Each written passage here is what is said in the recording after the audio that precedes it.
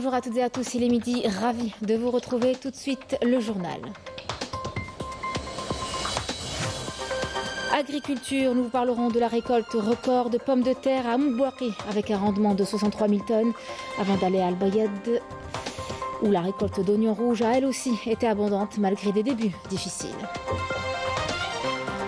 Nous sommes aux portes de la rentrée scolaire, un moment opportun pour la foire. L'EMCID 2024, la 3e édition ouverte au Palais des Expositions, offre aux familles la possibilité de se procurer tout le nécessaire. Une vitrine pour mettre à l'honneur les produits made in Algeria.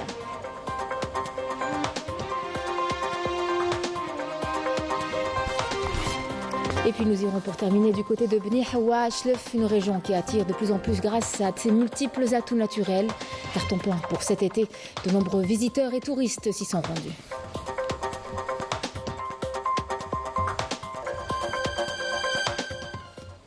Mesdames et messieurs, bienvenue à vous. La rentrée scolaire approche à grands pas, marquant le retour des élèves sur les bancs de l'école. Un moment opportun pour la foire l'EMCID 2024, la 3e édition ouverte au Palais des Expositions. Alger offre aux familles la possibilité de se procurer tout le nécessaire pour la rentrée à des prix abordables. On y trouve plus de 50 exposants qui proposent des fournitures, cartables et sacs, blouses et autres articles made in Algeria. Le compte rendu avec Rina Lorari.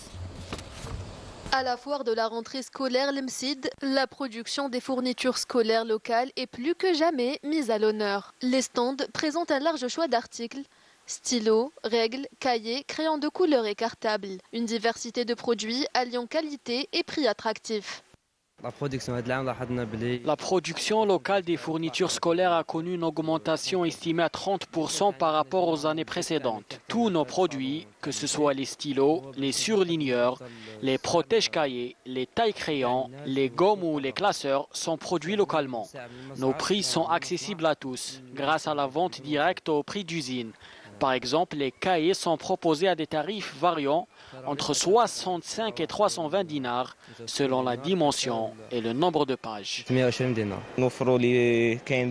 Nous vendons une large gamme d'articles scolaires comme les ciseaux, compas, règles, crayons de couleur de plusieurs marques algériennes locales et ce à des prix très abordables. Par exemple, nous proposons des cahiers de 96 pages à partir de 55 dinars. Face au large choix des articles proposés, les familles présentes ont exprimé un fort intérêt pour les produits made in Algeria. كان ان كرون شوا تاع الادوات كسوا في البري ولا في لا كاليتي مناسب باش نشرو بدينا نرفدوا فلوسنا. Je suis venue acheter les fournitures scolaires et j'ai trouvé ce dont j'ai besoin, de la trousse à la gomme. Il ne reste plus qu'une semaine de la rentrée, donc je suis venue avec une liste en main pour acheter les fournitures pour mes enfants. Comparé à l'année dernière, il y a une différence notable dans les prix qui ont réellement baissé, notamment pour les cahiers qui sont produits localement. On a acheté des cahiers, des stylos et même un joli cartable. Il me reste juste à trouver un tablier et une trousse. Je suis venue avec ma maman pour acheter mes affaires scolaires. Il y a un large choix. J'y ai vraiment trouvé mon bonheur. La filière de la fabrication des fournitures scolaires a connu une hausse notable des investissements au cours des dernières années, rendue possible grâce aux réformes du cadre d'investissement en Algérie et l'amélioration du climat des affaires ainsi que la régulation des importations, permettant de répondre à la demande du marché national avec des capacités locales. Et en prévision de cette rentrée, plusieurs wilayas à travers le pays se mobilisent pour renforcer leur infrastructure scolaire. Parmi elles, Biskra, qui se distingue avec un important programme de construction et de réhabilitation. En tout, 34 établissements, tous paliers confondus, ouvriront leurs portes. Il s'agit là de répondre à l'augmentation des effectifs et donc d'alléger la surcharge des établissements déjà existants. Yasmina Saouti. Le secteur de l'éducation nationale dans la wilaya de Biskra sera doté de plusieurs nouvelles infrastructures, tout palier d'enseignement confondus, à l'occasion de la rentrée scolaire 2024-2025. De nouvelles infrastructures éducatives qui ont pour objectif la réduction de la pression sur les établissements scolaires déjà opérationnels. Dans la région ouest de la wilaya de Biskra, il y avait un manque flagrant en infrastructures scolaires et le peu d'établissements qui existaient étaient surchargés, et ce, pour tous les paliers d'enseignement. Aujourd'hui, nous sommes heureux de voir des projets se concrétiser sur le terrain. La scolarisation de nos enfants était difficile ces dernières années à cause du fait qu'il n'y avait pas suffisamment d'écoles. Aujourd'hui, grâce à Dieu et aux efforts des pouvoirs publics, de nouvelles infrastructures ont été réalisées. La wilaya sera renforcée avec plus d'une trentaine d'établissements éducatifs, tous paliers confondus, équipés des moyens pédagogiques nécessaires pour accueillir les élèves et le personnel éducatif dans les meilleures conditions possibles. Le secteur de l'éducation nationale vient d'être renforcé dans la wilaya de Biskra avec de nouvelles infrastructures qui seront mises en service à la rentrée scolaire de ce mois de septembre. Au total, 18 écoles primaires ouvriront leurs portes aux élèves, ainsi que 9 collèges et 7 lycées. D'ici la fin de l'année, 3 autres établissements seront également réceptionnés. Ce nombre important permettra de réduire la surcharge, en particulier au niveau des établissements d'enseignement moyen qui connaissent une certaine saturation dans plusieurs communes de la wilaya. Comme vous le savez, cela va améliorer les conditions de scolarisation de nos enfants et cette démarche nous encourage à travailler davantage à l'avenir, un nombre qui augmentera l'année prochaine. D'autre part, une opération à grande échelle portant sur la réhabilitation et la restauration de nombreux établissements scolaires à travers le territoire de la wilaya a été concrétisée en prévision de la prochaine rentrée des classes. Au volet agriculture, on s'intéresse à la récolte de pommes de terre, juste record réalisé cette année à Oum El Bouaqi. 63 000 tonnes de pommes de terre dans 2 des communes de la wilaya. Un succès rendu possible grâce à des conditions climatiques favorables et au soutien des autorités locales qui encouragent l'extension des périmètres d'irrigation. Des efforts qui stabilisent les prix et garantiront une disponibilité continue sur le marché. Rina Lorari. Pas moins de 63 000 quintaux de pommes de terre ont été récoltés à Ouled Hamla et à Ain Melilla, un record pour ces 2 communes de la wilaya d'Oum El Bouaqi. Chaque matin, dès l'aube, les ouvriers agricoles redoublent d'efforts pour livrer les commandes à travers les différentes wilayas du pays, garantissant un approvisionnement continu face à la forte demande. Nous disposons de tous les éléments nécessaires, comme l'eau et le matériel agricole. Nous travaillons notre terre avec beaucoup d'efforts et obtenons d'excellents résultats. Nous sommes très satisfaits des rendements obtenus cette année.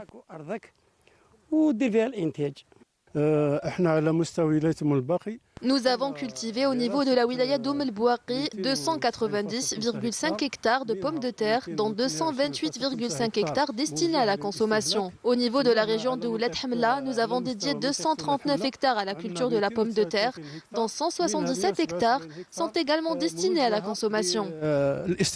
Grâce à la fertilité de ces terres et à un climat propice à l'agriculture, la wilaya d'Oum El Bouaqi attire chaque année de nombreux agriculteurs venus d'autres régions pour y investir et développer leurs activités. Nous sommes venus d'Alger pour investir dans cette région et nous sommes très satisfaits de notre expérience ici. Les conditions de travail sont excellentes, notamment grâce au périmètre d'irrigation. L'opération de plantation de semences de pommes de terre de conservation a démarré avec des prévisions prometteuses, laissant anticiper une baisse des prix sur le marché. Avec l'augmentation de la production, la disponibilité de ce légume sur le marché est d'ores et déjà assurée, ce qui contribuera à stabiliser les prix et à le rendre accessible aux consommateurs. Pour la production de la pomme de terre de conservation, nous avons 170 hectares de terre qui lui est dédié dans la wilaya. Le soutien de l'État et l'accompagnement des services agricoles à travers la création de périmètres d'irrigation, le financement en engrais ainsi que l'installation de canaux d'irrigation et de dispositifs de drainage devraient conduire à une amélioration significative de la production agricole dans la région. Autre récolte qui a elle aussi été abondante, celle d'oignons rouges dans la wilaya d'Al Bayad. Alors malgré des débuts difficiles, les conditions se sont nettement améliorées aujourd'hui, grâce notamment au soutien de l'État. Des progrès qui permettent aux agriculteurs d'atteindre l'autosuffisance et de répondre aux besoins du marché local. L'exemple ce midi au niveau d'une exploitation. Yassine Massaoudi. Après une année de dur labeur et de persévérance, Taher et sa famille récoltent les premiers oignons rouges de la saison. Une récolte annuelle abondante due en grande partie au soutien qui leur a été accordé par les services agricoles de la wilaya d'El Bayad. Nous avons bénéficié cette année du soutien de l'État. Nous avons longtemps souffert car il n'y avait ni électricité ni route carrossable. À présent, tout est rentré dans l'ordre et j'en ai profité pour apprendre à mes enfants le métier d'agriculteur. Lors de notre visite dans la commune de Chkig, les agriculteurs ont exprimé leur reconnaissance pour les efforts de l'État et son soutien constant qui joue un rôle clé dans l'essor de l'agriculture dans cette région des Hauts-Plateaux. C'est une première expérience. L'État nous a aidés pour la réalisation d'un bassin, pour l'acquisition d'une pompe et d'un système d'irrigation d'appoint.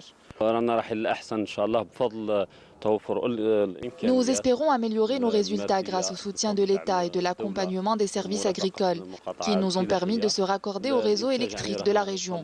Avec ces conditions en constante amélioration et l'expérience acquise, nous sommes optimistes pour l'avenir. Encourager le secteur agricole dans cette région permet d'alimenter le marché local en produits maraîchers tout au long de l'année et à terme d'atteindre l'autosuffisance. Un tragique accident de la route s'est produit ce matin et a coûté la vie à 7 personnes au niveau de la route nationale à RN3 sur le territoire de la commune d'El Hadjira dans la wilaya de Tougourt. L'accident s'est produit suite à une collision suivie d'un incendie entre un bus de transport de voyageurs assurant la ligne Guelma Hassim Saoud et un véhicule touristique au niveau du pont kilométrique. Le bilan des victimes est selon la protection civile encore provisoire. Les opérations de secours et d'évacuation se poursuivent sur place. Dans l'actualité à l'étranger, le groupe de soutien de Genève pour le Sahara occidental a réitéré sa préoccupation face aux violations systémiques par le Maroc des droits de l'homme et du droit international humanitaire dans les territoires occupés du Sahara occidental. Il dénonce le silence du Conseil des droits de l'homme. Dans une déclaration, le groupe a également appelé tous les États à respecter et à défendre le statut internationalement reconnu du territoire, les incitant à s'abstenir de s'impliquer dans toutes les démarches à même d'entraver le processus politique et le droit inaliénable du peuple sahraoui à l'autodétermination. Pas moins de 18 Palestiniens, dont des collaborateurs de l'ONU, sont tombés en martyrs et plusieurs autres ont été blessés hier à la suite du bombardement par les avions de guerre de l'armée sioniste sur une école transformée en abri pour près de 12 000 déplacés. En 6 jours d'année occupée, un Palestinien a été abattu par une balle dans le cœur tirée par un soldat de l'armée d'occupation. Sofiane Abdeljawed avait 46 ans, d'énième crime sioniste qui s'ajoute à un bilan déjà catastrophique.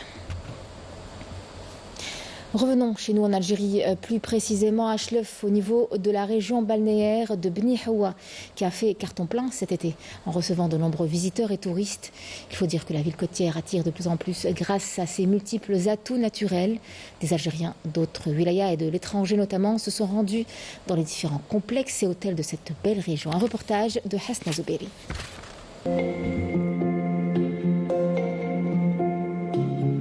La côte de Beni Hawa, nichée entre mer et montagne, offre un spectacle naturel époustouflant. Ce petit coin de paradis, situé dans la wilaya de Chlef, séduit chaque été de nombreux visiteurs en quête de dépaysement et d'aventure.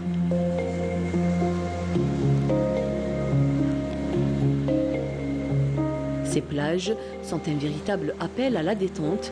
Le sable fin et les eaux transparentes offrent un cadre idéal pour les familles.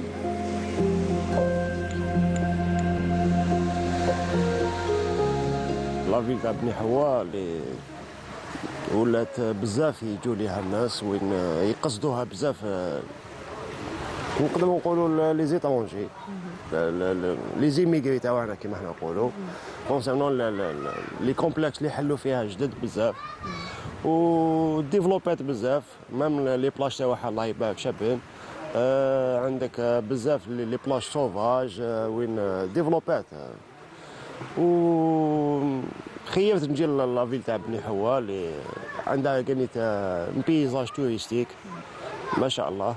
رحت للبحر ورحت لابيسين وعجبتني بزاف بني حوا.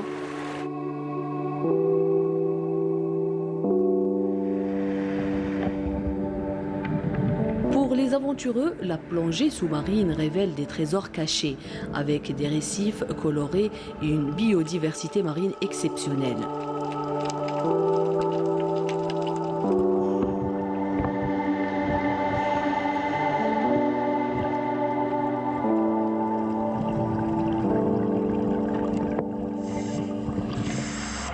La plongée sous-marine, c'est une aubaine par rapport à la région parce qu'elle fait connaître les gens, les fonds marins qui existent à la région. Et nous, on essaye à travers ce club de plongée, c'est inciter les gens à préserver l'environnement marin parce qu'il y a une autre vie là-dessous et ça serait bien de la garder très propre. Et ce club il a été créé en 2019. Nous, jeunes qui aiment le domaine de la plongée, on a essayé à travers ce club d'inciter les gens à adhérer à notre cause et protéger l'environnement marin.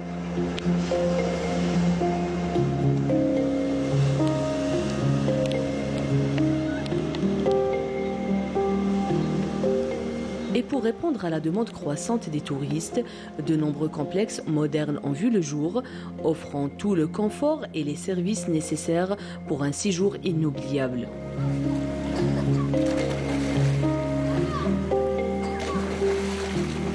Juste à côté de l'Aquapark, des bungalows top niveau. Le bungalow porte 6 personnes.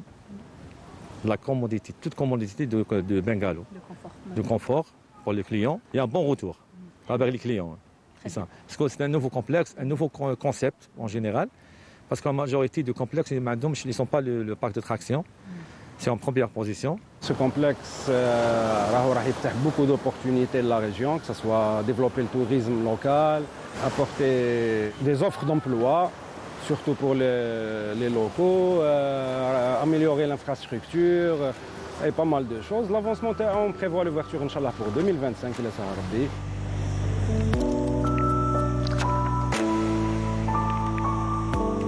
Les estivants venus de tout le pays et d'ailleurs trouvent à Bni Hawa une destination idéale pour se détendre et profiter des plaisirs de l'été.